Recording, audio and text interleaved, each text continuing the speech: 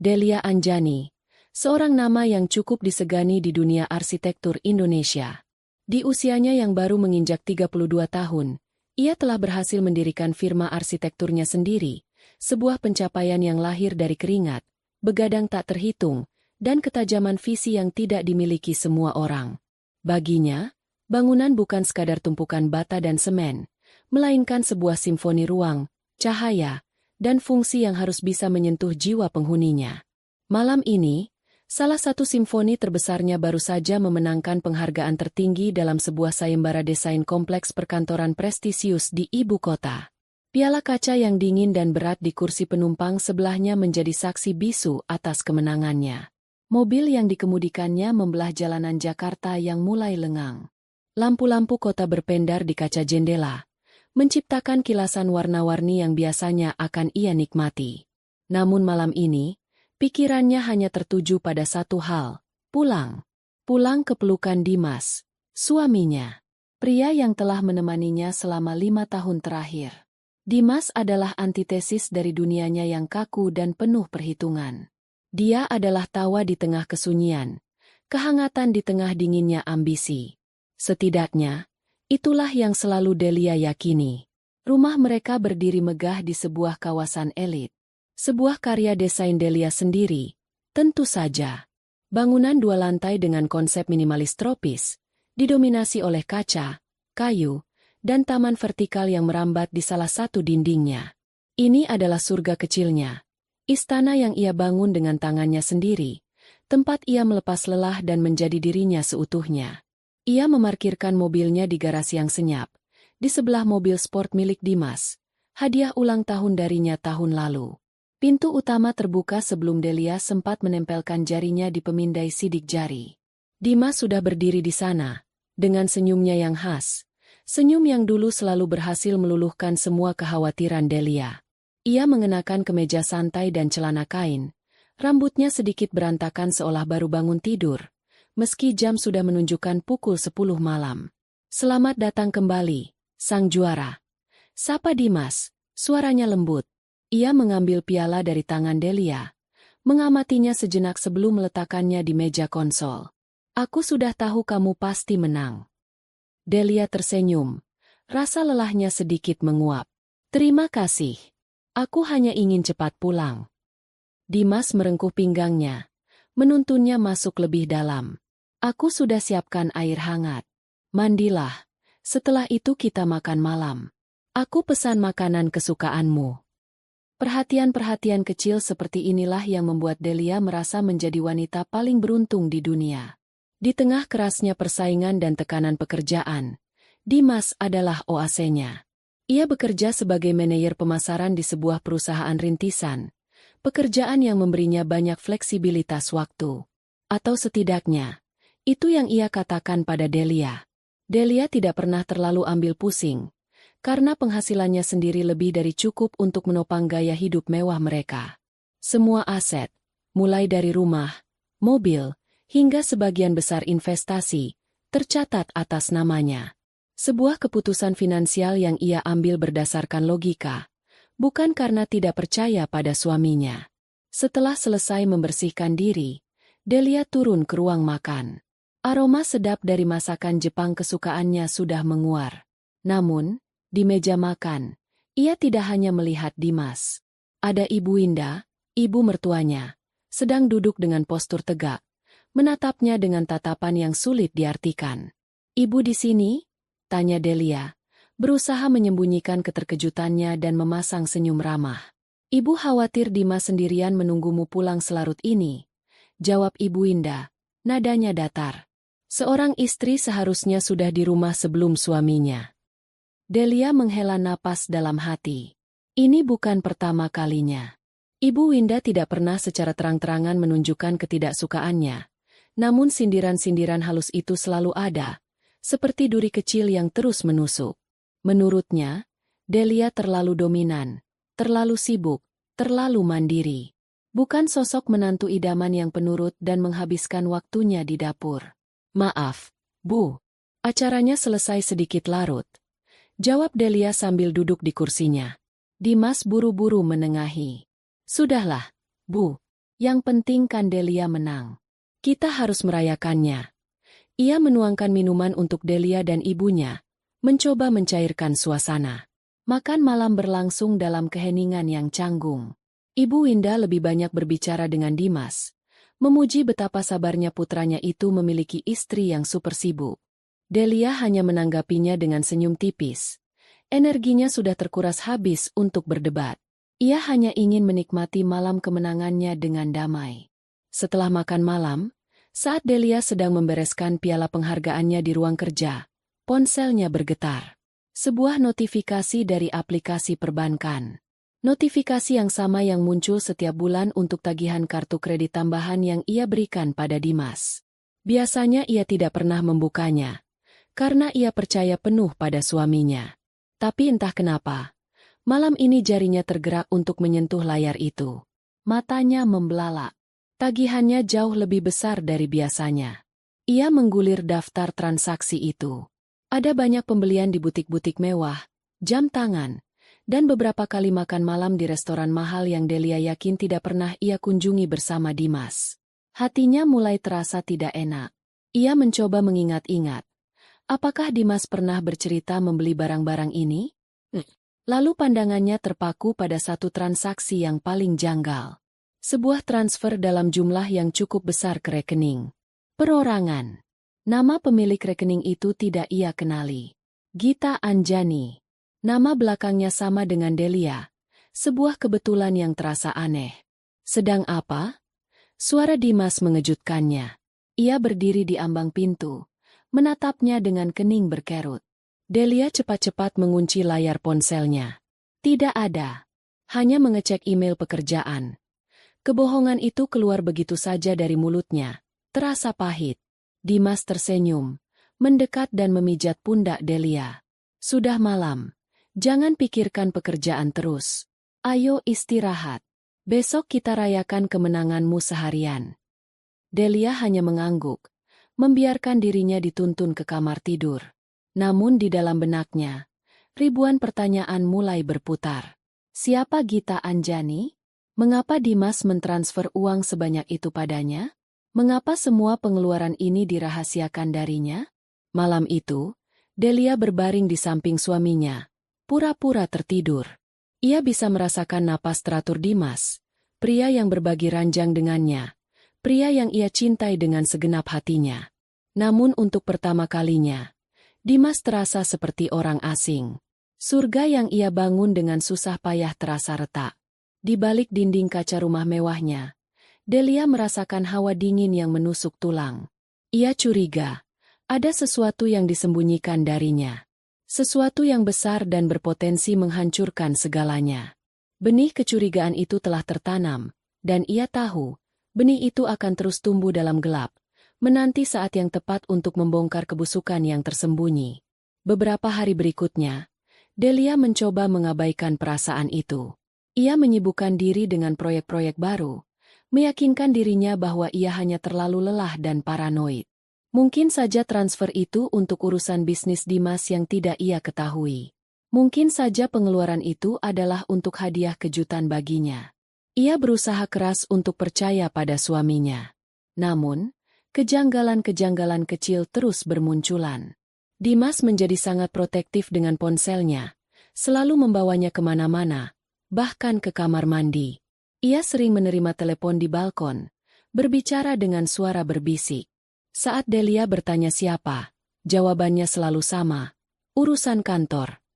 Ia juga lebih sering pulang larut dengan alasan rapat mendadak. Delia merasa seperti berjalan di atas lapisan es yang tipis. Ia takut jika ia menekan terlalu keras. Es itu akan pecah dan ia akan tenggelam dalam kebenaran yang beku dan menyakitkan. Tapi hidup dalam kepura-puraan juga menyiksanya. Ia butuh kepastian, apapun itu. Puncaknya adalah pada suatu sore di akhir pekan. Dimas pamit pergi untuk bertemu dengan teman lamanya. Sebuah reuni kecil, katanya. Delia, yang kebetulan sedang tidak ada pekerjaan, merasa ada yang aneh dengan cara Dimas berpakaian.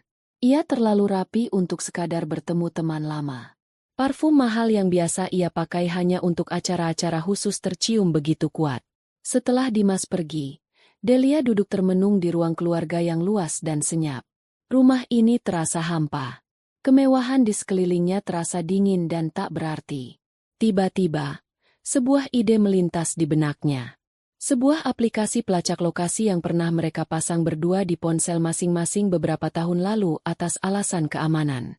Mereka berjanji tidak akan pernah menggunakannya untuk saling memata-matai. Tapi hari ini, janji itu terasa tidak relevan lagi. Dengan tangan gemetar, Delia membuka aplikasi itu. Titik merah yang menunjukkan lokasi Dimas tidak berada di kafe atau bar tempat reuni biasa diadakan. Titik itu berhenti di sebuah lobi hotel bintang 5 di pusat kota. Jantung Delia serasa berhenti berdetak. Ini bukan reuni. Ini sesuatu yang lain. Ia mencoba menelepon Dimas, ingin mendengar suaranya, ingin mendengar kebohongan lain yang mungkin bisa menenangkannya. Tapi panggilannya langsung dialihkan ke pesan suara. Delia tidak bisa diam saja. Rasa sakit di dadanya bercampur dengan amarah yang mulai membara. Ia menyambar kunci mobilnya, tidak peduli dengan penampilannya yang hanya mengenakan kaos dan celana santai. Ia harus melihatnya dengan mata kepalanya sendiri. Ia harus tahu siapa wanita yang telah merebut suaminya, menghancurkan kepercayaannya, dan mengotori surga yang telah ia bangun. Perjalanan menuju hotel itu terasa seperti perjalanan menuju neraka. Ia tidak tahu apa yang akan ia temukan di sana, tapi satu hal yang pasti, hidupnya tidak akan pernah sama lagi setelah ini. Udara di dalam mobil terasa pengap, menyesakkan. Setiap tarikan napas Delia terasa berat, seolah ada beban tak kasat mata yang menekan rongga dadanya. Titik merah di layar ponselnya tidak bergerak, tetap diam di lokasi yang sama, sebuah restoran mewah dengan pemandangan kota yang terletak di lantai teratas hotel itu. Nama restorannya terdengar familiar, tempat yang pernah ingin Delia kunjungi bersama Dimas untuk merayakan ulang tahun pernikahan mereka. Namun Dimas selalu menolaknya dengan alasan terlalu mahal dan berlebihan. Ironis, Delia memarkir mobilnya di basement hotel dengan gerakan mekanis. Pikirannya kosong, namun kakinya terus melangkah, membawanya masuk ke lobi yang gemerlap. Ia menaiki lift menuju restoran. Jantungnya berdebar begitu kencang hingga ia bisa mendengarnya sendiri di telinganya yang berdenging. Setiap lantai yang terlewati terasa seperti satu langkah lebih dekat menuju penghakiman. Pintu lift terbuka, menyuguhkan pemandangan interior restoran yang elegan. Alunan musik jazz yang lembut dan tawa renyah para pengunjung menyambutnya. Sebuah kontras yang menyakitkan dengan badai yang berkecamuk di dalam dirinya. Seorang pramusaji menyambutnya dengan ramah. "Selamat malam, Ibu. Sudah ada reservasi?" Delia tidak menjawab. Matanya menyapu seluruh ruangan, mencari satu-satunya wajah yang ia kenal. Dan di sana, di sebuah meja sudut dekat jendela kaca besar yang menyuguhkan pemandangan kerlip lampu kota, ia melihatnya. Dimas. Ia tidak sendirian. Di hadapannya duduk seorang wanita muda, cantik, dengan rambut panjang tergerai. Mereka tertawa bersama. Tatapan Dimas pada wanita itu begitu memuja. Tatapan yang sudah lama tidak pernah Delia dapatkan. Dunia Delia seakan runtuh saat itu juga. Udara di sekitarnya menipis. Ia melihat Dimas menyendokkan sepotong kue ke mulut wanita itu dengan gerakan yang begitu mesra. Wanita itu tertawa manja, menyandarkan kepalanya sejenak di bahu Dimas. Itu adalah Gita Anjani. Delia tidak tahu pasti, tapi instingnya berteriak bahwa wanita itulah pemilik nama di laporan transaksi banknya. Kaki Delia bergerak sendiri, membawanya mendekati meja itu. Ia tidak punya rencana, tidak tahu harus berkata apa. Yang ada hanyalah rasa sakit yang begitu hebat. Rasa sakit karena dikhianati oleh orang yang paling ia percaya. "Dimas," panggil Delia. Suaranya bergetar, nyaris seperti bisikan. Dimas dan wanita itu menoleh serempak. Wajah Dimas yang tadinya ceria langsung berubah pucat pasi. Keterkejutan, rasa bersalah, dan ketakutan tercampur aduk di matanya.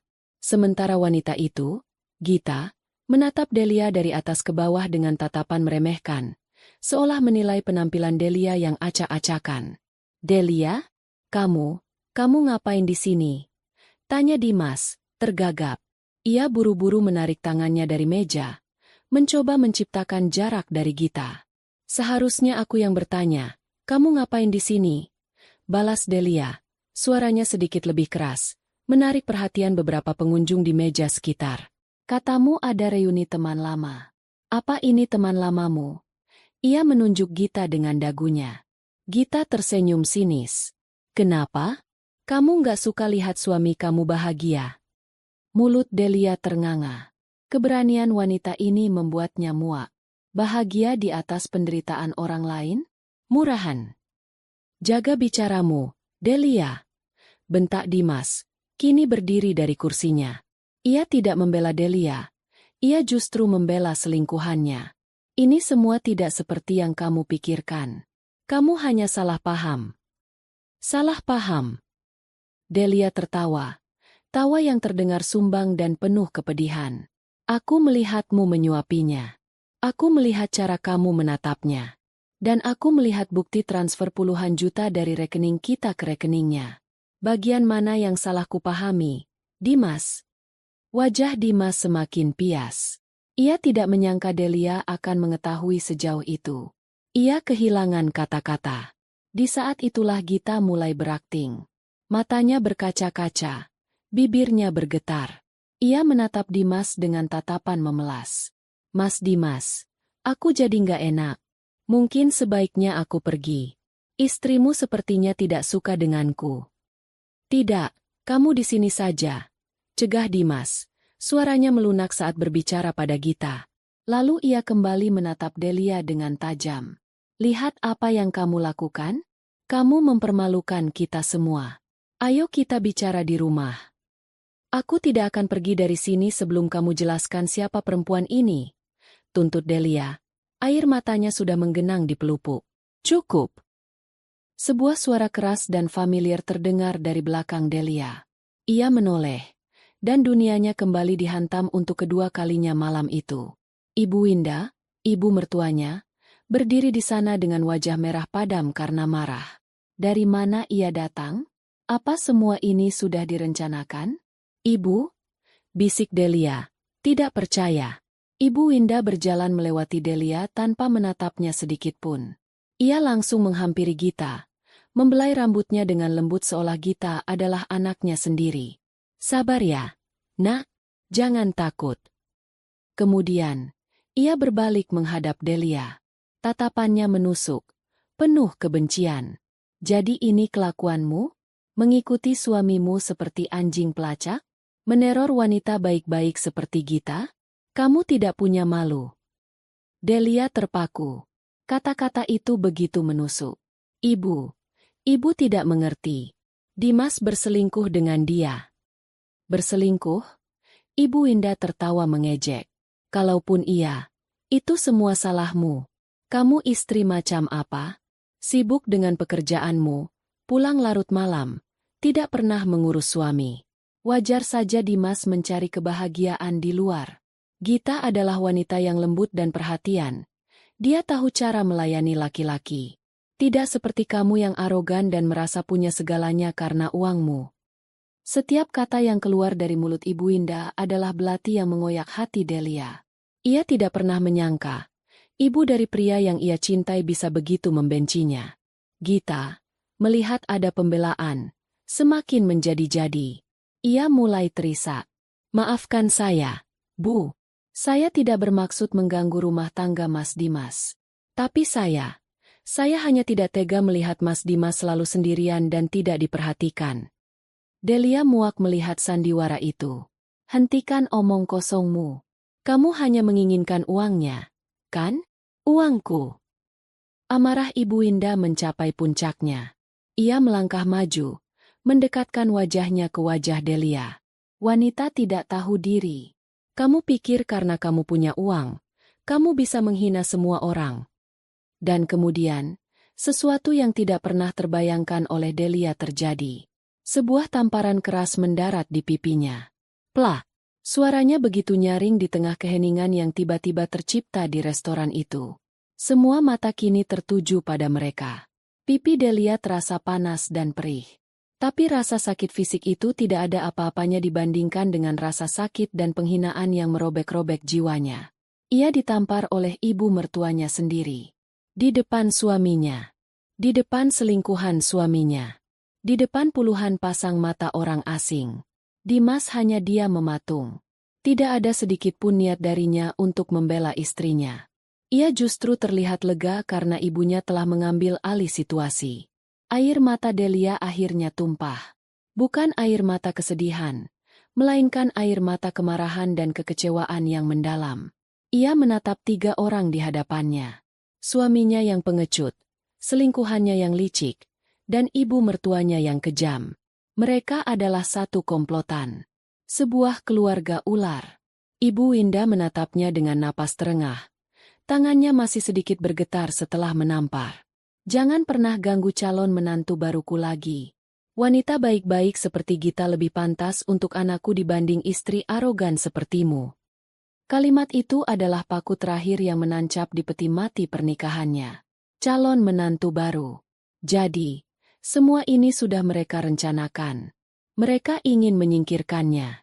Delia menyeka air matanya dengan kasar. Sesuatu di dalam dirinya telah mati malam itu. Cinta, harapan, rasa hormat, semuanya lenyap, digantikan oleh kekosongan yang dingin dan kegelapan yang pekat. Ia menatap Dimas untuk terakhir kalinya. Tatapan mereka bertemu. Di mata suaminya, ia tidak melihat penyesalan, hanya ada ketidaknyamanan. Tanpa berkata apa-apa lagi, Delia berbalik. Ia berjalan keluar dari restoran itu dengan kepala tegak, melewati tatapan-tatapan iba dan penuh selidik dari pengunjung lain. Ia tidak peduli lagi. Rasa malunya sudah hilang, terkikis habis oleh penghinaan yang baru saja ia terima. Saat ia melangkah keluar, tamparan itu masih terasa membekas di pipinya. Tapi itu bukan lagi sekadar tamparan. Itu adalah lonceng kebangkitan. Tamparan itu telah membuka matanya lebar-lebar. Ia melihat segalanya dengan jelas sekarang. Ia telah memberikan hatinya pada orang yang salah, mendedikasikan hidupnya untuk keluarga yang tidak pernah menganggapnya ada. Mereka telah menyatakan perang. Mereka pikir mereka telah menang malam ini. Mereka salah. Mereka tidak tahu siapa Delia Anjani yang sebenarnya. Mereka baru saja membangunkan seekor singa betina yang terluka. Dan singa itu kini lapar. Lapar akan balas dendam. Di dalam lift yang membawanya turun, Delia bersumpah dalam hati. Ia akan mengambil kembali semua yang menjadi miliknya. Ia akan memastikan Dimas, Gita, dan Ibu Winda merasakan bagaimana rasanya berada di titik terendah.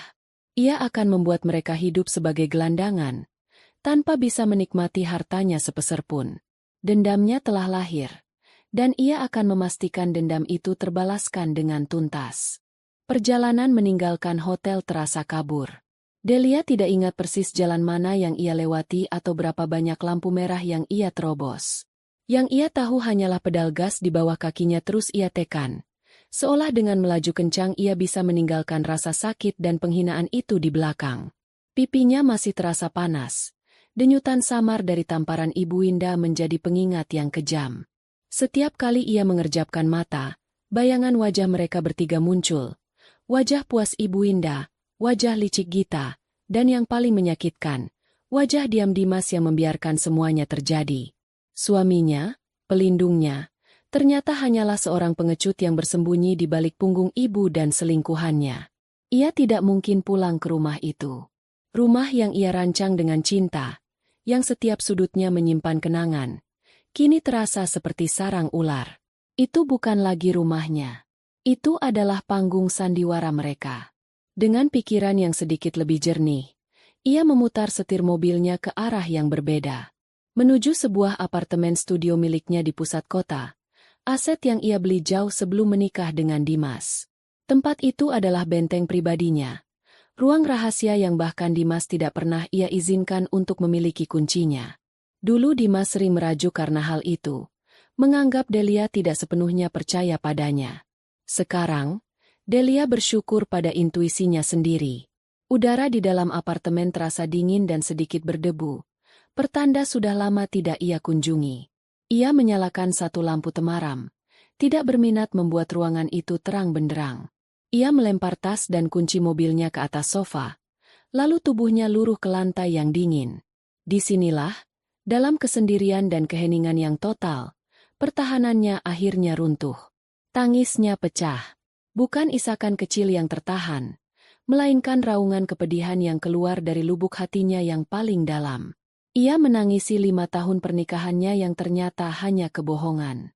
Ia menangisi cintanya yang tulus yang dibalas dengan pengkhianatan paling keji. Ia menangisi rasa hormatnya pada seorang wanita tua yang ternyata membencinya sampai ke tulang sumsum. Ia menangisi kebodohannya sendiri, karena terlalu buta oleh cinta hingga tidak bisa melihat kepalsuan yang ada di depan matanya. Ia memukul-pukul lantai, meluapkan semua amarah, frustrasi, dan rasa sakit yang menyesakkan dadanya. Malam itu, ia membiarkan dirinya hancur. Ia membiarkan semua air matanya terkuras habis, membasahi lantai marmer yang dingin, seolah sedang membersihkan jiwanya dari semua ilusi dan harapan palsu.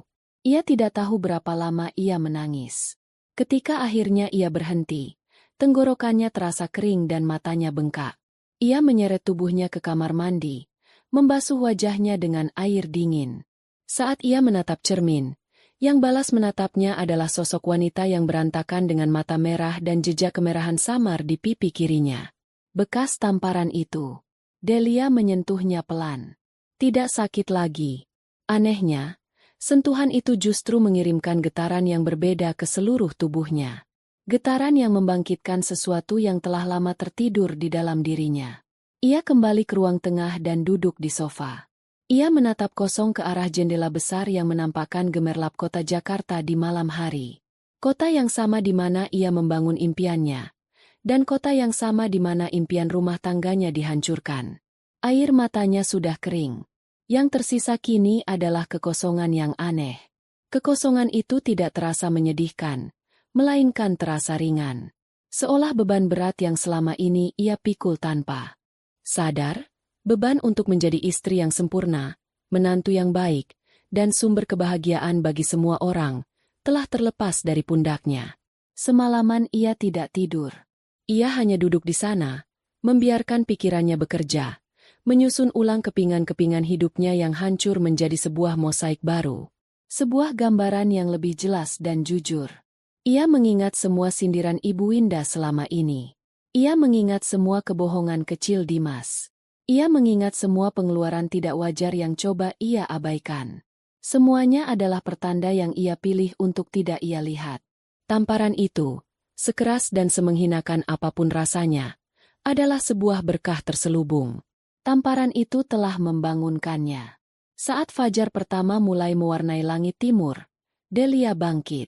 Ada sebuah keputusan yang telah mengeras di dalam hatinya. Sekeras baja, ia berjalan ke dapur, membuat secangkir kopi hitam pekat tanpa gula. Ia meminumnya perlahan, merasakan pahitnya kafein menjernihkan sisa-sisa kekacauan di kepalanya. Ia sudah selesai menangis. Ia sudah selesai merasa menjadi korban. Sekarang adalah waktunya untuk bertindak. Ia mengambil ponselnya, mengabaikan puluhan panggilan tak terjawab dan pesan dari Dimas yang mungkin berisi kebohongan-kebohongan lainnya. Jarinya mencari satu nama di daftar kontaknya. Raka, sahabatnya sejak zaman kuliah, seorang pria cerdas dan berkepala dingin yang kini menjadi salah satu pengacara perceraian terbaik di kota itu. Telepon berdering 2 kali sebelum diangkat. Delia? Tumben telepon pagi-pagi buta. Sapa suara serak Raka di seberang sana. Raka, aku butuh bantuanmu, ucap Delia. Suaranya terdengar berbeda, bahkan di telinganya sendiri. Tidak ada getar tangis. Tidak ada histeria. Yang ada hanya nada yang dingin, datar, dan penuh ketegasan. Raka sepertinya bisa merasakan perubahan itu. Bantuan apa? Kamu baik-baik saja? Suaramu aneh. Delia menarik napas panjang, menghembuskannya perlahan. Aku mau cerai. Terdengar keheningan sejenak di seberang telepon. Raka tahu Delia sangat mencintai Dimas. Permintaan ini pastilah dipicu oleh sesuatu yang luar biasa. Apa yang terjadi? Ceritanya panjang. Tapi intinya, Dimas selingkuh. Dan ibu mertuaku lebih membela selingkuhannya dibanding aku. Dia menamparku di depan umum tadi malam. Delia menceritakan kejadian itu dengan singkat, tanpa emosi, seolah sedang melaporkan sebuah fakta dalam rapat kerja. Brengsek, umpat Raka, tidak bisa menahan diri. Dia menamparmu? Di mana kamu sekarang? Aku akan ke sana. Tidak perlu, potong Delia. Aku aman. Aku tidak butuh simpati. Raka, aku butuh pengacara. Aku mau kamu yang mengurus semuanya. Tentu saja, Del. Apapun yang kamu butuhkan, jawab Raka. Nadanya berubah serius, beralih dari mode sahabat ke mode pengacara. Apa yang kamu inginkan dari perceraian ini? Delia berjalan ke arah jendela, menatap matahari yang mulai meninggi. Sebuah awal yang baru. Sebuah hari pembalasan. Aku mau mereka tidak mendapatkan sepeser pun hartaku, katanya. Setiap kata diucapkan dengan penekanan yang tajam. Rumah, mobil, investasi, semua yang atas namaku. Aku mau itu semua tetap menjadi milikku. Aku mau membatalkan semua fasilitas yang aku berikan pada Dimas. Aku mau memastikan dia dan perempuan itu, juga ibunya, tidak bisa lagi menikmati hidup mewah dari uangku. Ia berhenti sejenak, lalu menambahkan dengan suara yang lebih dingin dari sebelumnya. Aku mau mereka merasakan hidup di jalanan. Raka, aku mau mereka tahu bagaimana rasanya tidak punya apa-apa. Raka terdiam cukup lama, mencerna permintaan klien pertamanya di pagi hari itu. Permintaan yang brutal, tapi ia bisa memahami dari mana datangnya amarah itu. Kamu yakin? Prosesnya bisa jadi sangat kotor dan panjang, Del. Aku tidak pernah seyakin ini seumur hidupku, jawab Delia. Mereka sudah menghancurkan hatiku. Sekarang, aku akan menghancurkan hidup mereka. Baiklah, kata Raka akhirnya. Kalau begitu, dengarkan aku. Pertama, jangan hubungi Dimas atau ibunya. Jangan balas pesan apapun. Kedua, kumpulkan semua bukti yang kamu punya. Laporan kartu kredit, bukti transfer itu. Catat semua kejanggalan yang kamu ingat. Ketiga, kita bertemu di kantorku jam 10 pagi ini. Kita akan susun strategi. Aku akan di sana, kata Delia. Setelah menutup telepon, Delia merasakan sebuah energi baru mengalir di dalam dirinya. Energi yang lahir dari dendam. Ia tidak lagi merasa hancur. Ia merasa memiliki tujuan. Ia membuka laptopnya, mulai mengumpulkan semua dokumen keuangan, perjanjian pranikah yang pernah mereka tanda tangani, dan semua bukti digital yang ia miliki. Air matanya mungkin telah mengering, tapi hatinya kini telah berubah menjadi baja. Baja yang dingin, keras, dan siap untuk ditempa menjadi senjata pembalasan yang paling tajam. Kantor hukum Raka O Partners menempati satu lantai di sebuah gedung perkantoran megah. Pemandangannya menghadap langsung ke jantung distrik bisnis Jakarta. Interiornya modern dan minimalis, didominasi warna abu-abu dan putih, memberikan kesan serius dan profesional. Delia duduk di seberang meja kayu besar milik Raka, meletakkan sebuah map tebal berisi dokumen-dokumen yang berhasil ia kumpulkan. Penampilannya sudah berubah total dari wanita patah hati semalam. Hari ini ia mengenakan blazer hitam yang pas di badan, rambutnya disanggul rapi, dan riasan wajahnya sempurna menutupi sisa bengkak di matanya. Ia tampak seperti seorang CEO yang siap melakukan negosiasi bisnis yang alot, bukan seorang istri yang baru saja dikhianati. Raka menatapnya dengan tatapan campur aduk antara prihatin sebagai sahabat dan kagum sebagai rekan. Kamu terlihat kuat, katanya jujur. Aku harus, jawab Delia singkat. Ini semua yang aku punya. Ia mendorong map itu ke arah Raka. Selama hampir 1 jam, Raka mempelajari semua dokumen itu dengan saksama. Perjanjian pranikah yang dengan jelas menyatakan pemisahan harta bawaan, bukti kepemilikan aset yang semuanya atas nama Delia, laporan kartu kredit Dimas yang membengkak, dan salinan bukti transfer ke rekening Gita Anjani. Ini awal yang sangat bagus, kata Raka sambil mengangguk. Perjanjian pranikah ini akan sangat membantu kita.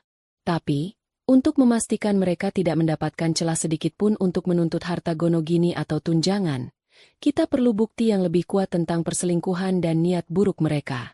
Kita harus membuktikan bahwa pernikahan ini hancur murni karena kesalahan pihak mereka. Lalu apa yang harus kita lakukan?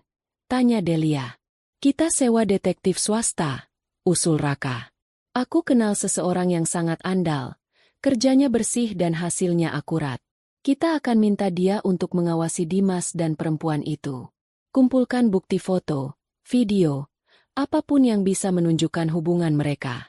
Kita juga perlu menggali latar belakang perempuan ini lebih dalam.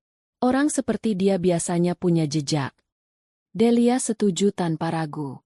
Berapapun biayanya, ia tidak peduli. Ini adalah investasi untuk masa depannya dan untuk keadilan yang harus ia dapatkan. Sore itu juga, Raka mengatur pertemuan dengan seorang detektif swasta bernama Bapak Suryo, seorang pria parubaya dengan penampilan tidak mencolok namun memiliki tatapan mata yang tajam. Delia memberikan semua informasi yang ia miliki. Foto Dimas dan Gita yang berhasil ia ambil diam-diam di restoran malam itu, nomor telepon, alamat kantor, dan plat nomor mobil mereka. Berikan saya waktu 1 minggu, kata Pak Suryo dengan tenang. Saya akan berikan laporan lengkap. 1 minggu itu terasa seperti 1 tahun. Delia menyibukkan dirinya dengan pekerjaan, bekerja 2 kali lebih keras dari biasanya. Firma arsitekturnya menjadi pelariannya. Di sana, ia adalah seorang pemimpin yang memegang kendali penuh. Sebuah kontras yang tajam dengan kehidupan pribadinya yang baru saja lepas kendali. Ia juga mulai melakukan langkah-langkah senyap. Ia berkonsultasi dengan manajer bank pribadinya, mempersiapkan pemindahan aset dan penutupan akses finansial Dimas pada saat yang tepat. Ia seperti seorang jenderal yang sedang mempersiapkan serangan fajar, memposisikan pasukannya dalam diam. Tepat 1 minggu kemudian, Pak Suryo kembali dengan sebuah amplop coklat tebal. Mereka bertemu di kantor Raka. Delia menahan napas saat Raka membuka amplop itu dan mengeluarkan isinya. Ada setumpuk foto dan beberapa halaman laporan yang diketik rapi. Foto-foto itu lebih menyakitkan dari yang ia bayangkan. Ada foto Dimas dan Gita sedang bergandengan tangan di mal, berpelukan di bioskop, bahkan berciuman di parkiran basement apartemen Gita. Mereka tampak seperti pasangan yang dimabuk cinta, tanpa beban, tanpa rasa bersalah. Setiap lembar foto terasa seperti sayatan baru di hatinya. Tapi laporan tertulisnya jauh lebih mengejutkan. Laporan itu membongkar semua borok yang selama ini tersembunyi di balik citra suaminya yang sempurna. Dimas ternyata memiliki utang kartu kredit lain yang disembunyikan dari Delia, dan sebagian besar tagihannya berasal dari situs judi online. Kebiasaan buruk yang tidak pernah Delia ketahui. Ia juga sering bolos dari kantornya, menggunakan alasan rapat dengan klien untuk berkencan dengan Gita. Ia adalah seorang pemalas yang hidup dari kemewahan yang disediakan istrinya sambil menggali lubang kehancurannya sendiri. Latar belakang Gita Anjani tidak kalah mencengangkan. Detektif itu menemukan bahwa Gita sudah beberapa kali berhubungan dengan pria-pria kaya yang sudah menikah. Polanya selalu sama. Ia akan memancing mereka dengan pesonanya, membuat mereka menghujaninya dengan hadiah dan uang, lalu menghilang ketika ia menemukan target baru yang lebih menguntungkan. Ia bukan sekadar selingkuhan, ia adalah seorang predator profesional. Ini semua menjijikkan, bisik Delia. Tangannya terkepal di atas meja. Ini lebih dari cukup untuk memenangkan kasus perceraian kita, Del, kata Raka. Tapi tunggu, masih ada lagi. Ini yang paling penting. Pak Suryo mengeluarkan sebuah pemutar audio digital kecil. Tim saya berhasil memasang alat penyadap di meja favorit mereka di sebuah kafe yang sering mereka kunjungi. Ini adalah rekaman percakapan antara Dimas, Gita, dan Ibu Winda 3 hari yang lalu. Jantung Delia berdebar kencang. Raka menekan tombol putar. Suara pertama yang terdengar adalah suara manja Gita. Jadi kapan Mas mau ceraikan si nenek sihir itu? Aku udah gak sabar tinggal di rumah kamu yang gede itu. Lalu suara Dimas menyahut. Terdengar ragu. Sabar, sayang. Aku lagi cari waktu yang tepat. Delia itu pintar. Kalau aku salah langkah, aku bisa gak dapat apa-apa. Dan kemudian, suara yang paling Delia kenali. Suara ibu mertuanya. Suara Ibu Winda terdengar dingin dan penuh perhitungan. Kamu itu jangan lembek. Dimas, dengarkan ibu. Kamu harus buat dia merasa bersalah. Bilang saja kamu kesepian karena dia terlalu sibuk. Buat dia merasa ini semua salahnya. Perempuan seperti Delia itu egonya tinggi. Kalau dibuat merasa bersalah, dia bisa jadi lebih lunak saat pembagian harta. Kita harus bisa dapat setidaknya rumah itu dan beberapa mobilnya. Gita kan juga butuh hidup layak nanti. Bener tuh kata ibu. Timpal Gita. Bilang aja Mas depresi karena dia. Nanti aku bantu akting nangis-nangis di depan pengacaranya. Pokoknya kita harus bikin dia kelihatan seperti istri jahat yang menelantarkan suaminya. Setelah kita dapat hartanya, kita tendang dia jauh-jauh. Terdengar tawa dari ketiganya. Tawa yang puas dan kejam. Raka mematikan rekaman itu. Ruangan menjadi sunyi senyap. Delia hanya menatap kosong ke depan. Tidak ada air mata. Tidak ada getaran amarah. Yang ia rasakan hanyalah ketenangan yang aneh. Ketenangan yang datang ketika keraguan terakhir telah sirna. Ia baru saja mendengar rencana busuk mereka dari mulut mereka sendiri. Mereka bukan hanya mengkhianatinya. Mereka secara aktif merencanakan kejatuhannya, berkomplot untuk merampas hasil kerja kerasnya. Ia mengangkat wajahnya, menatap Raka. Matanya berkilat dengan cahaya yang dingin dan berbahaya. Rasa sakit hatinya telah sepenuhnya menguap, digantikan oleh sebuah kepastian yang mutlak. Kita punya semua yang kita butuhkan, katanya dengan suara yang mantap. Sekarang, saatnya kita mulai permainan ini. Raka mengangguk, senyum tipis tersungging di bibirnya. Ia tahu sahabatnya telah berubah. Delia yang lembut dan penuh cinta telah pergi, berganti dengan seorang ratu yang kerajaannya telah diserang, dan kini siap untuk melancarkan serangan balasan yang akan membakar musuh-musuhnya hingga menjadi abu. Jadi, apa langkah pertama kita, Ratu? Tanya Raka. Delia tersenyum untuk pertama kalinya hari itu. Senyum yang tidak mencapai matanya. Langkah pertama, katanya, kita potong pasokan dana mereka. Kita lihat seberapa lama cinta mereka akan bertahan tanpa uangku. Serangan itu tidak datang dengan genderang perang yang bertalu-talu. Serangan itu datang dalam keheningan yang mematikan. Dieksekusi dengan presisi seorang ahli bedah yang sedang mengangkat tumor ganas. Pagi hari setelah pertemuannya dengan Raka dan Pak Suryo, Delia duduk di kursi kulitnya yang nyaman di ruang kerjanya. Di hadapannya, layar laptop menampilkan portal perbankan prioritasnya. Tidak ada keraguan sedikitpun di wajahnya. Tidak ada getaran di tangannya saat ia menggerakkan mouse. Yang ada hanyalah ketenangan yang dingin. Klik. Panggilan telepon pertama ia tujukan pada manajer relasi pribadinya di bank. Selamat pagi, Pak Tirtayasa. Saya Delia Anjani. Saya minta tolong untuk segera memblokir permanen 2 kartu kredit tambahan yang terhubung dengan rekening utama saya. Ya, dua-duanya. Atas nama Dimas Pratama. Alasannya? Kehilangan. Saya anggap kartu itu telah hilang bersama pemiliknya. Nadanya begitu datar, seolah ia sedang mendiskusikan cuaca. Jeda sejenak. Baik, Bu Delia. Akan segera kami proses. Ada lagi yang bisa saya bantu? Ada. Jawab Delia. Tolong pindahkan seluruh saldo dari rekening gabungan saya dengan Dimas Pratama ke rekening pribadi saya. Kosongkan rekening gabungan itu sampai 0. Sekarang juga.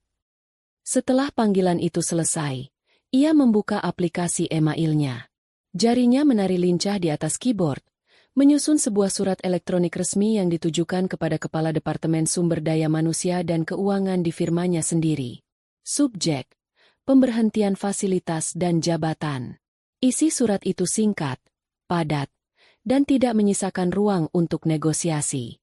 Terhitung sejak tanggal surat ini diterbitkan, Saudara Dimas Pratama secara resmi diberhentikan dari jabatannya sebagai Direktur Pemasaran Kehormatan di firma arsitektur Anjani Aurekan. Dengan demikian, seluruh fasilitas perusahaan yang melekat pada jabatan tersebut, termasuk gaji bulanan, tunjangan, dan mobil dinas, dihentikan dan ditarik kembali dengan segera. Mohon departemen terkait untuk memprosesnya hari ini juga. Terima kasih. Klik. Email terkirim. 3 klik. 3 gerakan sederhana yang secara efektif memutus semua urat nadi finansial yang selama ini menghidupi Dimas dan gaya hidup mewahnya. Delia bersandar di kursinya, memejamkan mata sejenak. Ia tidak merasakan kepuasan yang meledak-ledak. Yang ia rasakan adalah sebuah kelegaan yang sunyi. Ia baru saja mengamputasi bagian hidupnya yang berpenyakit. Prosesnya menyakitkan, tapi itu perlu dilakukan untuk menyelamatkan keseluruhan dirinya. Gerbang emas menuju kerajaannya kini telah tertutup dan terkunci rapat. Di belahan kota yang lain, di sebuah butik mewah yang mengeluarkan aroma kulit dan parfum mahal, Dimas dan Gita sedang merayakan kemenangan prematur mereka. Mereka belum tahu bahwa sumber kekayaan mereka sudah kering kerontang. Yang ini bagus enggak, Mas?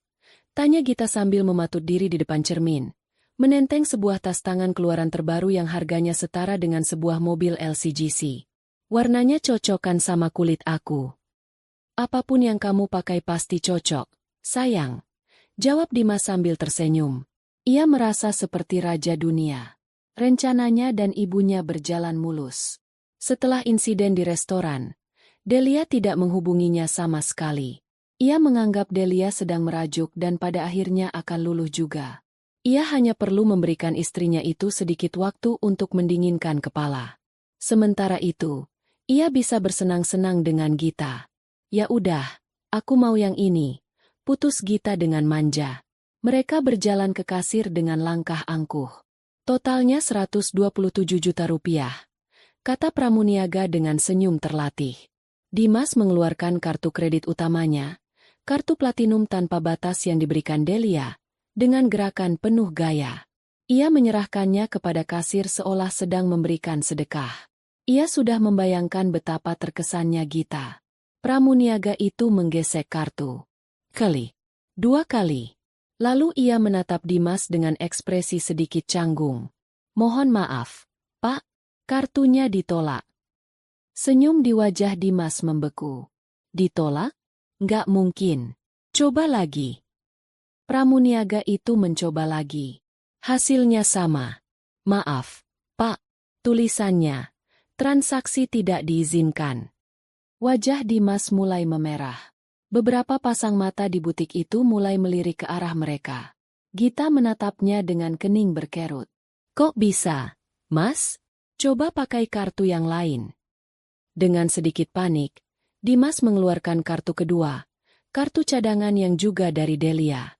Ia menyerahkannya dengan harapan cemas. Hasilnya lebih buruk. Kartu ini sudah diblokir, Pak. Keringat dingin mulai membasahi pelipis Dimas. Ini tidak mungkin terjadi. Delia tidak akan pernah sejauh ini. Pasti ada kesalahan sistem. Oke. Tunggu sebentar. Ia berjalan sedikit menjauh dari meja kasir, mencoba menelepon Delia. Panggilannya tidak masuk. Hanya ada nada sibuk yang terus-menerus. Ia mencoba lagi. Sama saja. Ia mengirim pesan singkat. Tidak ada centang biru tanda terkirim. Ia baru sadar. Nomornya telah diblokir. Panik yang sesungguhnya mulai menjalari dirinya. Ini bukan kesalahan sistem. Ini disengaja. Delia sedang melakukan sesuatu. Sayang, kayaknya ada masalah sama ban. Kita ke tempat lain aja, ya? Nanti aku transfer, katanya pada Gita, berusaha terdengar tenang. Wajah Gita sudah masam. Kok gitu sih? Aku kan maunya tas ini sekarang. Sabar dong. Ini pasti cuma sebentar. Bujuk Dimas. Tapi di dalam hatinya, firasat buruk mulai membayangi. Ia meninggalkan Gita yang merengut di butik itu dengan janji akan segera kembali. Ia harus pulang. Harus bicara langsung dengan Delia. Ia memacu mobil sportnya, mobil yang dibelikan Delia, dengan kecepatan tinggi. Pikirannya kacau. Bagaimana bisa Delia melakukan ini? Apa perempuan itu sudah gila? Sesampainya di depan gerbang rumah megah mereka, ia menekan klakson. Biasanya satpam akan langsung membukakan gerbang. Tapi hari ini, gerbang itu tetap tertutup rapat. Satpam keluar dari posnya, menghampiri mobilnya dengan wajah serba salah. Maaf, Pak Dimas. Saya tidak bisa membukakan gerbang. Apa maksudmu tidak bisa? Saya ini pemilik rumah. Bentak Dimas. Perintah dari Ibu Delia. Pak, mulai hari ini, Bapak tidak diizinkan masuk lagi ke area rumah, kata satpam itu dengan nada menyesal. Amarah Dimas meledak. Ia turun dari mobil, menggedor-gedor gerbang besi itu seperti orang kesetanan. "Delia, keluar kamu! Jangan gila kamu, Delia!" teriaknya. Tapi tidak ada jawaban. Rumah itu tampak senyap dan tak berpenghuni. Ia mencoba menggunakan kunci yang ia miliki untuk membuka pintu kecil di samping gerbang. Kuncinya masuk, tapi tidak bisa diputar. Gemboknya telah diganti. Napasnya memburu. Rasa panik kini bercampur dengan ketakutan yang nyata. Ia seperti orang asing di depan rumahnya sendiri. Dengan putus asa, ia berlari ke pintu utama, melompati pagar tanaman. Ia menekan bel berkali-kali, menggedor pintu kayu yang kokoh itu dengan kepalan tangannya hingga terasa sakit. "Neil!" Saat ia hendak berteriak lagi, matanya menangkap sesuatu yang tertempel di pintu. Sebuah amplop coklat besar dengan kop surat firma hukum. Tangannya yang gemetar meraih amplop itu dan merobeknya dengan kasar. Di dalamnya ada beberapa lembar kertas. Lembar pertama adalah surat pemberitahuan pemecatannya. Lembar kedua adalah salinan surat permintaan pemblokiran rekeningnya. Dan lembar terakhir, yang paling membuatnya lemas hingga lututnya terasa mau copot, adalah surat gugatan cerai. Ia membaca kata-kata di surat itu. Perselingkuhan, penipuan finansial, persekongkolan dengan niat jahat. Di bagian bawah, tertera tuntutan Delia. Perceraian tanpa pembagian harta gonogini sama sekali. Dunianya runtuh seketika. Ia bukan lagi seorang suami kaya raya. Ia adalah seorang pengangguran yang diusir dari rumahnya, dengan rekening bank kosong, dan menghadapi tuntutan hukum yang akan melucutinya hingga telanjang. Ia menatap rumah besar di hadapannya, istana yang selama ini menjadi simbol statusnya. Gerbang emas itu benar-benar telah terkunci. Dan ia terlempar keluar, sendirian di tengah jalanan yang dingin. 1 minggu berlalu sejak Dimas diusir dari istananya. Minggu yang terasa seperti neraka baginya. Ia terpaksa menumpang di rumah ibunya yang sederhana, sebuah antitesis dari kemewahan yang selama ini ia nikmati. Setiap hari ia habiskan untuk mencoba menghubungi Delia, memohon, mengancam, menangis, namun semua usahanya menabrak dinding kebisuan. Delia telah lenyap dari hidupnya seperti ditelan bumi. Mobil sportnya pun sudah ditarik oleh pihak perusahaan Delia. Kini ia hanya bisa menggunakan mobil tua milik ibunya. Gita, di sisi lain, mulai menunjukkan warna aslinya. Tanpa aliran dana yang lancar, kemanjaan dan kata-kata manisnya berubah menjadi rentetan keluhan dan tuntutan. "Jadi kapan masalahmu selesai, Mas? Aku bosan tahu tinggal di apartemen sempit ini. Katanya mau beliin aku tas. Mana? Katanya mau ajak aku liburan. Mana?" Cerocosnya hampir setiap hari. Cinta mereka yang tadinya tampak begitu membara, ternyata sangat bergantung pada nyala api dari gesekan kartu kredit Delia. Sementara itu, di menara kantornya yang sejuk, Delia dan Raka sedang menyusun fase kedua dari rencana mereka. Fase yang menargetkan langsung sang serigala betina, Gita. Informasi dari Pak Suryo mengatakan Gita punya lingkaran sosial yang kecil tapi spesifik, kata Raka sambil menunjuk beberapa foto di atas mejanya. Dia sering nongkrong di beberapa kafe dan lounge hotel kelas atas. Tujuannya jelas, mencari mangsa baru. Sekarang setelah pasokan dana dari Dimas berhenti, dia pasti akan lebih agresif. "Lalu?" tanya Delia. Matanya menatap tajam pada foto Gita yang sedang tertawa. "Kita akan membuat tanah di sekitarnya menjadi beracun," jawab Raka. "Kita tidak perlu menyerangnya langsung. Kita hanya perlu menyebarkan peringatan di antara komunitas yang ia incar." Rencana itu pun dijalankan. Melalui koneksi Raka yang luas, dan dengan sedikit bantuan dari seorang konsultan gosip bayaran, bisikan-bisikan mulai menyebar di kalangan sosialita dan para ekspatriat yang sering menjadi target Gita. Tidak ada yang menyebut nama secara langsung pada awalnya. Hanya berupa peringatan samar. "Hati-hati kalau ada perempuan muda cantik bernama Gita yang tiba-tiba mendekati kalian. Dia punya rekam jejak yang buruk. Dengar-dengar ada spesialis pemeras pria beristri yang sedang beraksi lagi di sekitar sini." Bisikan itu bekerja lebih efektif dari yang dibayangkan. Gita mulai merasakan perubahannya. Pria-pria yang tadinya ramah dan mudah memberinya minuman, kini menatapnya dengan curiga. Para wanita yang menjadi gerbang masuknya ke lingkaran elit, tiba-tiba bersikap dingin dan menghindar. Ia merasa seperti sedang berjalan dengan tanda tak kasat mata di keningnya yang bertuliskan, bahaya. Usahanya untuk mencari sumber pendapatan baru selalu menemui jalan buntu. Frustrasi mulai menggerogotinya. Di tengah frustrasinya itulah, umpan dilepaskan. Suatu sore, saat Gita sedang duduk sendirian dengan wajah masam di sebuah lounge hotel, seorang pria berpenampilan necis dan berwibawa, tidak sengaja, menumpahkan sedikit minumannya di dekat meja Gita. Pria itu adalah Raka. Ruang sidang pengadilan agama itu terasa dingin dan steril. Dindingnya yang berwarna krem pucat, kursi-kursi kayu yang keras, dan aroma kertas-kertas tua menciptakan suasana yang kaku dan menegangkan. Udara di dalamnya terasa berat, seolah dipenuhi oleh residu dari ratusan drama rumah tangga yang telah diadili di tempat itu. Delia duduk tegak di kursinya, di samping Raka. Ia mengenakan setelan blazer berwarna biru tua yang elegan. Rambutnya ditarik ke belakang membentuk sanggul yang rapi. Wajahnya tenang, ekspresinya terkendali, seperti seorang ratu yang menghadiri sebuah formalitas yang tak terhindarkan di istananya sendiri. Tidak ada jejak kegugupan atau kesedihan di matanya. Yang ada hanya ketajaman dan fokus yang mutlak. Di seberang ruangan, di kursi pihak tergugat, duduklah Dimas dan Ibu Winda. Penampilan mereka adalah sebuah kontras yang mencolok. Mereka datang dengan seorang pengacara parubaya yang tampak terlalu percaya diri. Dimas mengenakan kemeja batik terbaiknya, yang kini terlihat sedikit kebesaran di tubuhnya yang tampak lebih kurus. Ia berusaha menampilkan wajah sedih yang dibuat-buat, sesekali melirik ke arah Delia dengan tatapan memelas yang sama sekali tidak memengaruhinya. Sementara itu, Ibu Winda duduk dengan dagu terangkat, mengenakan kerudung dan gamis baru. Ia berbisik-bisik ke telinga Dimas, seolah memberikan kekuatan. Keyakinan mereka untuk mendapatkan bagian dari harta Delia masih begitu besar.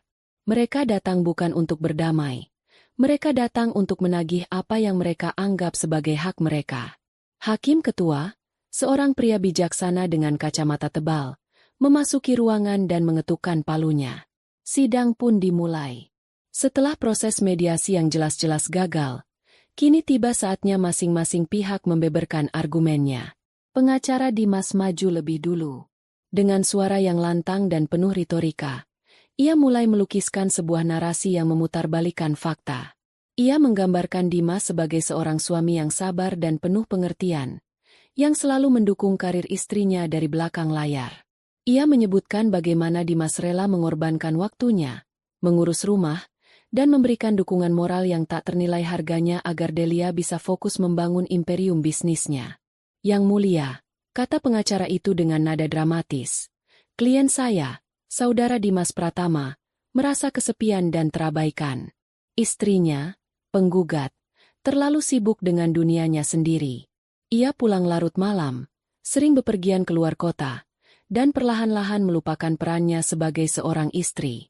Kehadiran Saudari Gita dalam hidup klien saya bukanlah sebuah perselingkuhan, melainkan sebuah bentuk pelarian dari rasa hampa. Sebuah tangisan minta tolong dari seorang suami yang tidak didengarkan. Delia hampir tertawa mendengarnya. Narasi yang persis seperti yang ia dengar dalam rekaman itu. Mereka benar-benar menjalankan skenario busuk mereka. Pengacara itu melanjutkan, oleh karena itu, kami menolak tuduhan perselingkuhan sebagai satu-satunya penyebab keretakan rumah tangga ini. Kami berpendapat bahwa ada kelalaian dari pihak penggugat. Dan berdasarkan kontribusi non-material yang sangat besar dari klien saya selama 5 tahun pernikahan, kami menuntut pembagian harta gonogini sebesar 50% dari seluruh aset yang diperoleh selama masa pernikahan, termasuk rumah kediaman bersama, kendaraan, dan aset investasi lainnya. Ibu Winda mengangguk-angguk puas mendengar tuntutan itu. Dimas menatap Delia, seolah berkata, "Lihat, aku juga punya kekuatan." Setelah pengacara itu selesai, hakim mempersilakan pihak Delia untuk berbicara. Raka berdiri dengan tenang. Ia tidak langsung membantah. Ia berjalan perlahan ke depan meja hakim, membawa sebuah boks berisi map-map tebal. Yang mulia, Raka memulai dengan suara yang jelas dan mantap.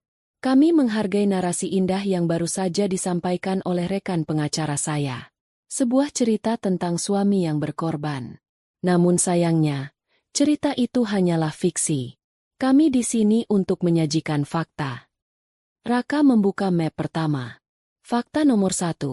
Adanya perjanjian pranikah yang sah secara hukum, ditandatangani oleh kedua belah pihak sebelum menikah. Perjanjian ini dengan jelas menyatakan pemisahan penuh atas harta bawaan dan harta yang diperoleh masing-masing pihak selama pernikahan. Ia menyerahkan salinan perjanjian itu kepada hakim. Pengacara Dimas menyela, perjanjian itu bisa ditinjau kembali jika ada kontribusi signifikan dari salah satu pihak. Yang mulia. Tepat sekali, balas Raka tanpa menoleh. Mari kita lihat kontribusi signifikan dari saudara tergugat. Ia membuka map kedua, yang berisi puluhan lembar foto mengkilap. Ini adalah bukti foto yang diambil selama beberapa minggu terakhir. Ini bukan pelarian sesaat, Yang mulia. Ini adalah sebuah hubungan terlarang yang intens dan sistematis. Raka meletakkan foto-foto itu satu persatu di hadapan hakim. Foto Dimas dan Gita berciuman di mobil, berpelukan di lobi apartemen, makan malam romantis di berbagai restoran mewah. Wajah Dimas berubah pucat seperti mayat. Ibu Winda ternganga, tidak percaya putranya bisa sebodoh itu hingga meninggalkan jejak yang begitu jelas. Selanjutnya, mari kita bicara soal finansial, lanjut Raka, membuka map ketiga. Ini adalah laporan keuangan dari firma milik klien saya. Saudara Dimas memang diberi jabatan direktur pemasaran, namun faktanya, ini adalah jabatan kehormatan. Tidak ada kontribusi pekerjaan nyata yang pernah ia lakukan. Gajinya adalah murni pemberian dari klien saya sebagai seorang istri. Kemudian ia mengeluarkan laporan kartu kredit. Ini adalah tagihan kartu kredit tambahan milik saudara Dimas. Seperti yang bisa Yang Mulia lihat, pengeluarannya membengkak untuk barang-barang mewah, hotel, dan restoran yang tidak pernah ia kunjungi bersama istrinya. Uang yang seharusnya menjadi dukungan rumah tangga, justru ia gunakan untuk membiayai selingkuhannya. Pukulan berikutnya lebih telak. Dan yang lebih parah, Yang Mulia. Kami menemukan fakta bahwa saudara Dimas memiliki utang tersembunyi dari situs judi online. Ini bukti mutasinya.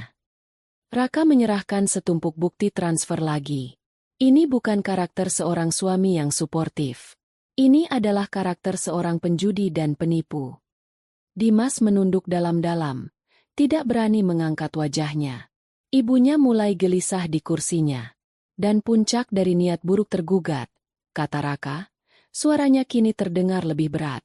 Adalah percobaan pemalsuan dokumen. Kami memiliki bukti dari ahli grafologi bahwa saudara Dimas telah mencoba memalsukan tanda tangan klien saya pada beberapa dokumen untuk mengalihkan kepemilikan saham perusahaan. Sebuah tindak pidana. Seluruh ruangan hening. Hakim menatap Dimas dengan sorot mata yang sangat tajam dan penuh kekecewaan. Pengacara Dimas tampak syok. Jelas ia tidak diberitahu mengenai fakta-fakta ini oleh kliennya. Dan sebagai penutup, Yang Mulia, kata Raka, untuk membuktikan bahwa semua ini bukan sekadar kelalaian, melainkan sebuah rencana jahat yang terstruktur, kami mohon izin untuk memutarkan sebuah bukti audio. Hakim mengangguk. Raka mengeluarkan sebuah pemutar audio. Ia menekan tombol putar, dan suara dari kafe itu pun memenuhi ruang sidang yang senyap. Suara Gita yang manja, suara Dimas yang ragu-ragu, dan yang paling mengerikan, suara dingin Ibu Winda yang sedang menyusun strategi untuk menguras harta menantunya sendiri. Kita harus buat dia merasa bersalah, perempuan seperti Delia itu egonya tinggi. Kita harus bisa dapat setidaknya rumah itu. Suara itu menggema, membongkar semua kebusukan mereka hingga ke akarnya. Ibu Winda gemetar hebat, wajahnya pucat pasi.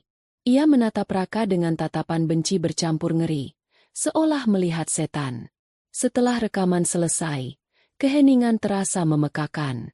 Raka kembali ke kursinya, tugasnya telah selesai. Hakim melepas kacamatanya, memijat pangkal hidungnya. Ia menatap Dimas dan Ibu Winda dengan tatapan yang dingin. Tatapan seseorang yang sudah kehilangan semua rasa hormat. Tidak ada lagi yang perlu dikatakan. Bukti-bukti itu begitu telak, begitu memalukan. Setelah beberapa saat, ia memakai kembali kacamatanya dan mengetukkan palunya dengan keras. Setelah mendengarkan keterangan dari kedua belah pihak dan menimbang semua bukti yang telah diajukan, pengadilan memutuskan. Suara hakim terdengar tegas dan final. 1. Mengabulkan gugatan cerai dari pihak penggugat, Saudari Delia Anjani.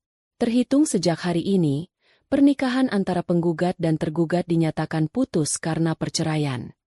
2. Lanjutnya, matanya menatap lurus ke arah Dimas. Berdasarkan bukti-bukti yang tidak terbantahkan mengenai adanya perselingkuhan, penipuan finansial, serta niat buruk yang direncanakan oleh pihak tergugat, maka pengadilan menolak sepenuhnya tuntutan pembagian harta Gonogini. Palu diketuk sekali lagi. Lebih keras. Perjanjian pranikah dinyatakan sah dan berlaku penuh. Seluruh aset yang terdaftar atas nama penggugat tetap menjadi hak milik penggugat seutuhnya. Pihak tergugat tidak berhak mendapatkan apapun. Putusan itu bagaikan petir di siang bolong bagi Dimas dan ibunya. Mereka membeku, tidak percaya dengan apa yang baru saja mereka dengar. Semua harapan mereka, semua rencana serakah mereka, hancur berkeping-keping dalam sekejap. Hakim menutup sidang. Saat orang-orang mulai beranjak, Dimas dan Ibu Indah masih terpaku di kursi mereka. Wajah mereka adalah topeng kekalahan dan kehinaan mutlak. Badai itu telah usai, dan yang tersisa hanyalah puing-puing dari keserakahan mereka. Delia menarik napas dalam-dalam untuk pertama kalinya hari itu. Ia menang. Udara di luar gedung pengadilan terasa panas dan menyesakan. Kontras dengan dinginnya pendingin udara di ruang sidang. Langit Jakarta berwarna abu-abu, dipenuhi polusi, seolah ikut merasakan suasana hati yang keruh setelah sebuah pertempuran usai. Delia melangkah keluar, diapit oleh Raka. Ia tidak merasa gembira. Tidak ada euforia kemenangan. Yang ada hanyalah perasaan lega yang hampa, seperti seorang pasien yang baru saja berhasil melewati operasi pengangkatan organ tubuh yang sudah membusuk. Prosesnya menyakitkan, tapi ia tahu ia akan lebih sehat setelahnya. Selamat, Del. Kamu akhirnya bebas, kata Raka pelan sambil menepuk pundaknya. Terima kasih, Ra. Aku tidak bisa melakukannya tanpa kamu, jawab Delia. Sebuah senyum tipis yang tulus akhirnya terukir di bibirnya. Mereka berjalan menyusuri koridor yang ramai menuju tempat parkir. Langkah Delia terasa lebih ringan dari bulan-bulan sebelumnya. Beban di pundaknya seolah telah terangkat.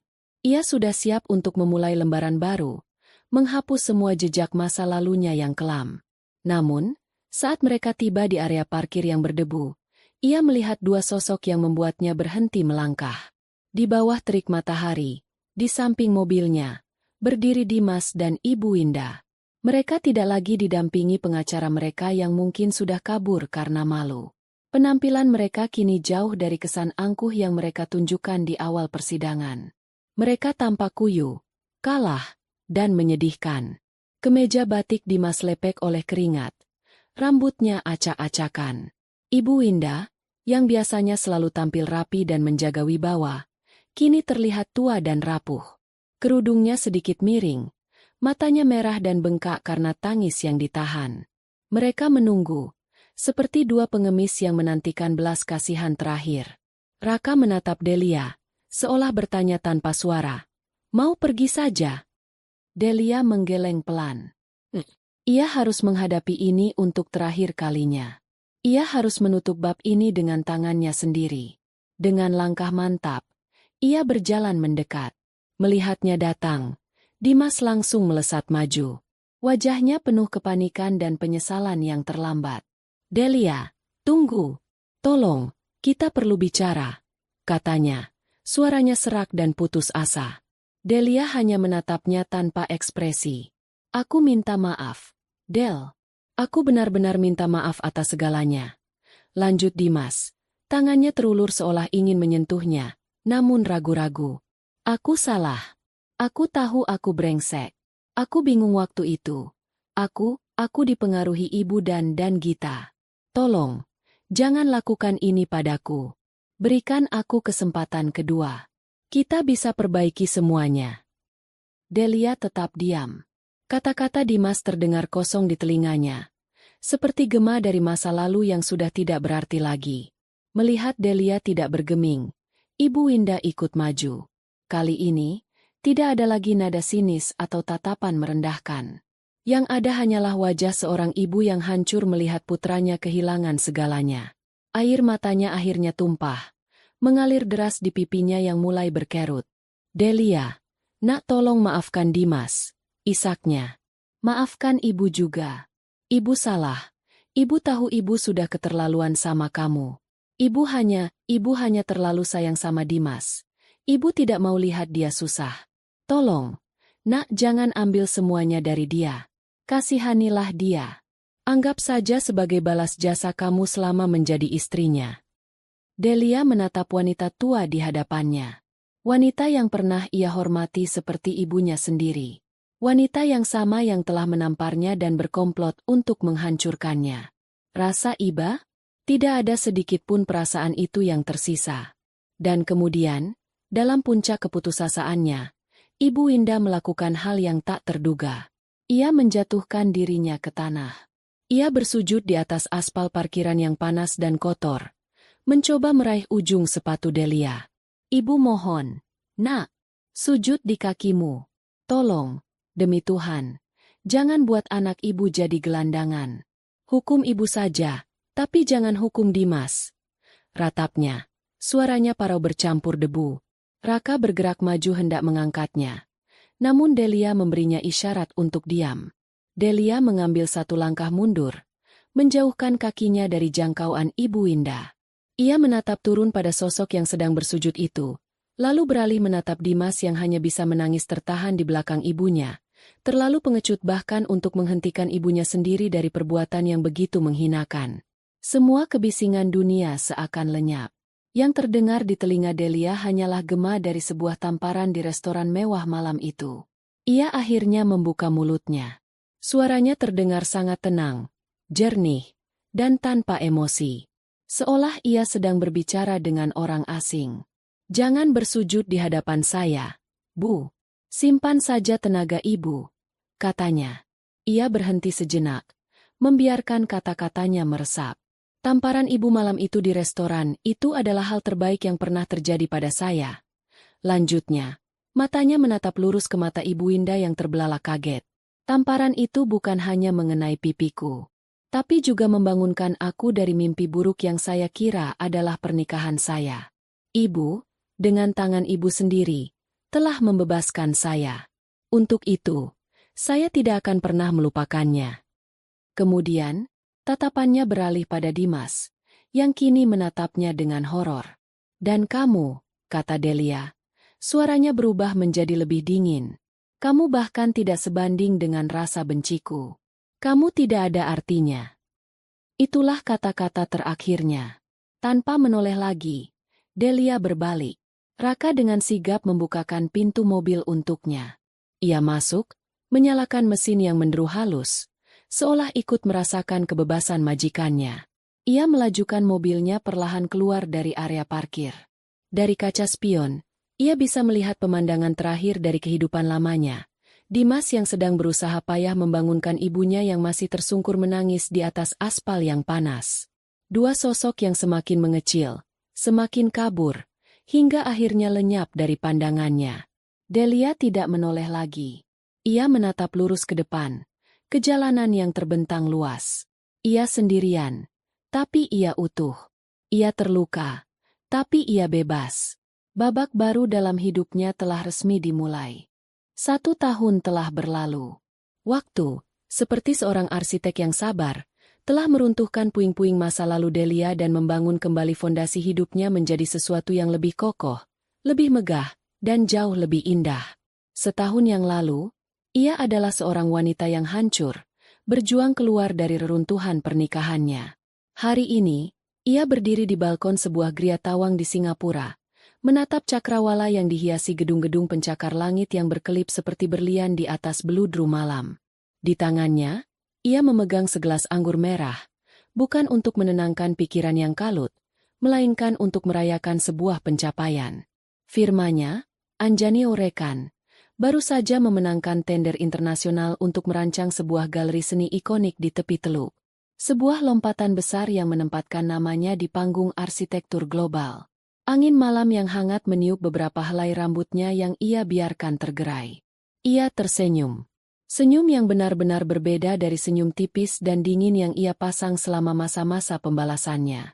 Ini adalah senyum yang tulus, yang mencapai matanya, yang lahir dari kedamaian dan kebahagiaan sejati.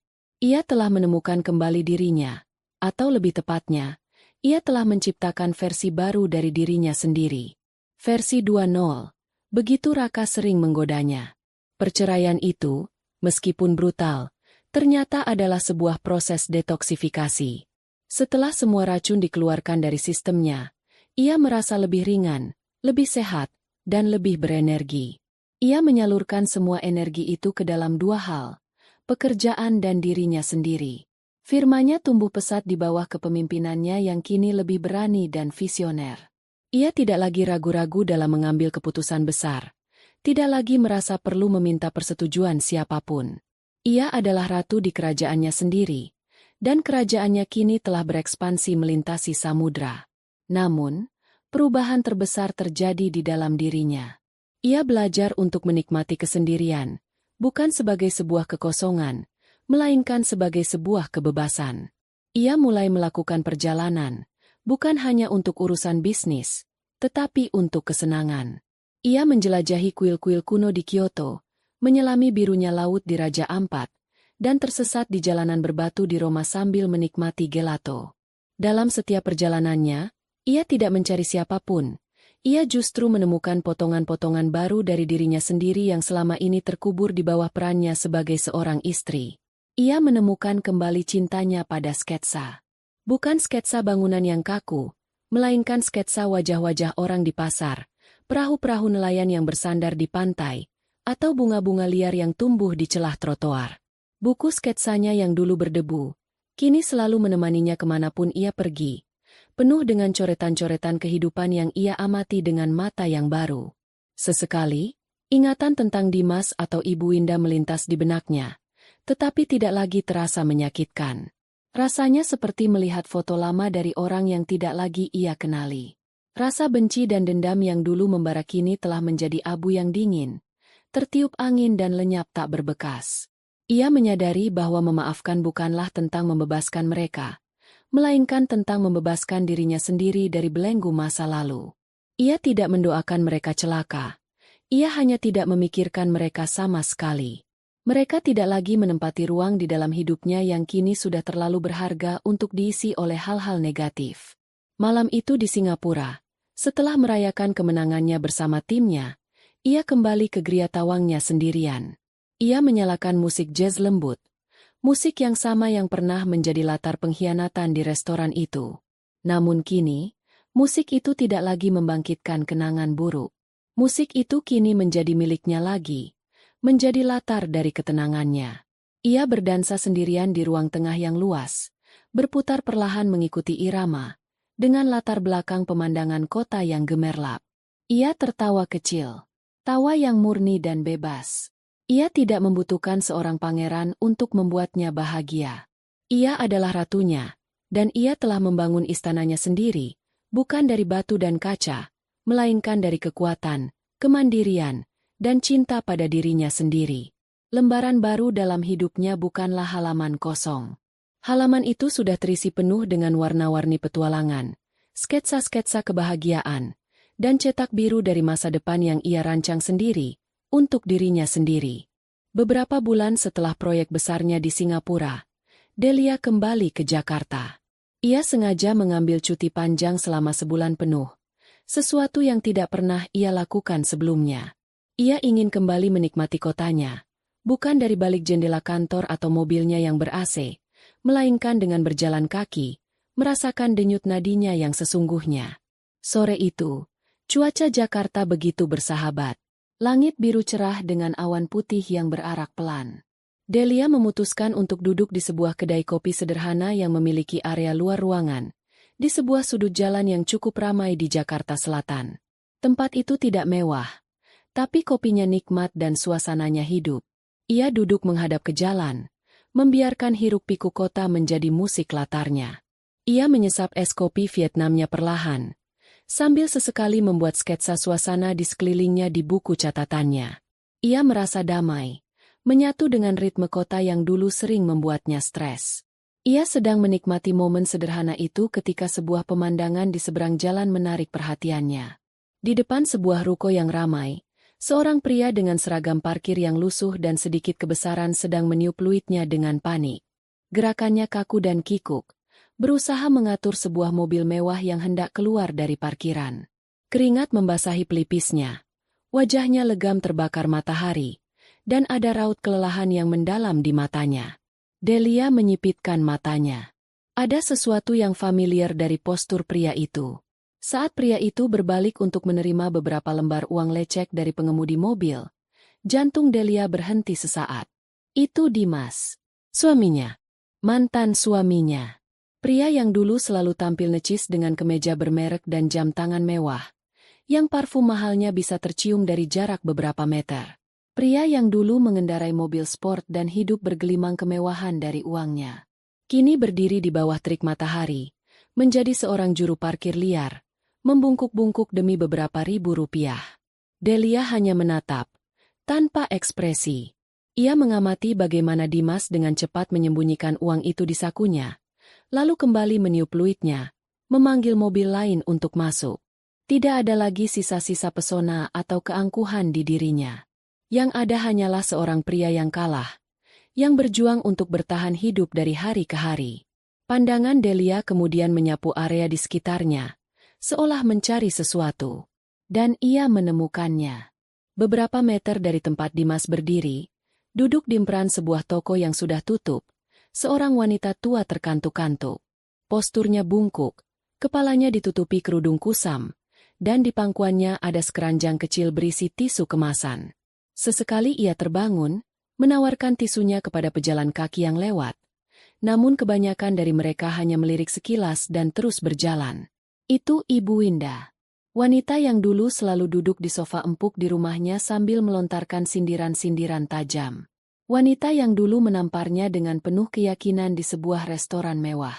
Kini duduk di lantai yang kotor, menjadi salah satu dari ribuan wajah kaum papa di ibu kota yang seringkali tak terlihat. Saat Delia sedang mengamatinya, seorang petugas keamanan toko sebelah menghampiri Ibu Winda, membentaknya dengan kasar dan mengusirnya untuk tidak duduk di situ. Ibu Winda hanya bisa mengangguk pasrah, lalu dengan langkah gontai, ia menggeser tempat duduknya beberapa meter lebih jauh, tampak begitu kecil dan tak berdaya. Dan Gita? Delia bahkan tidak perlu mencarinya. Serigala seperti dia pasti sudah lama pergi dari kota ini, mencari hutan baru untuk berburu mangsa baru. Ia tidak punya loyalitas pada siapapun kecuali pada dirinya sendiri. Delia bersandar di kursinya, meletakkan pensilnya. Ia menatap dua sosok itu bergantian. Dimas yang berteriak-teriak parau mengatur parkir, dan ibunya yang menatap kosong kejalanan dengan dagangan tisu yang tak laku. Tidak ada rasa kasihan di dalam hatinya. Tidak ada rasa iba. Yang ada justru sebuah perasaan geli yang aneh. Sebuah kepuasan yang sunyi melihat bagaimana alam semesta bekerja dengan caranya yang begitu puitis dan ironis. Mereka ingin menikmati hartanya, dan sekarang mereka harus mengemis recehan di jalanan. Mereka telah mengusirnya dari surga palsu yang mereka ciptakan, dan kini mereka hidup di neraka yang nyata. Sebuah senyum tipis mulai tersungging di bibir Delia. Senyum itu perlahan melebar, dan kemudian, sebuah tawa kecil lolos dari mulutnya. Bukan tawa jahat atau tawa kemenangan yang angkuh, melainkan tawa geli. Tawa seseorang yang baru saja menyaksikan adegan penutup dari sebuah komedi absurd. Tawa yang melepaskan sisa-sisa terakhir dari beban masa lalunya. Ternyata, karma tidak perlu ditunggu lama. Bisiknya pada diri sendiri, lebih kepada angin daripada kepada siapapun. Ia mengangkat cangkir kopinya, seolah bersulang pada pemandangan di hadapannya. Kemudian, ia memalingkan wajahnya. Ia tidak lagi tertarik untuk menonton. Pertunjukan mereka sudah selesai. Ia kembali fokus pada halaman kosong di buku sketsanya, pada es kopinya yang masih dingin, dan pada sisa sorenya yang cerah dan damai. Masa depan terbentang di hadapannya, seputih halaman buku sketsanya, siap untuk ia isi dengan gambar-gambar yang jauh lebih indah. Dan di suatu tempat di seberang jalan, dua hantu dari masa lalunya perlahan memudar, menjadi tidak lebih dari sekadar bagian dari latar belakang pemandangan kota yang sibuk.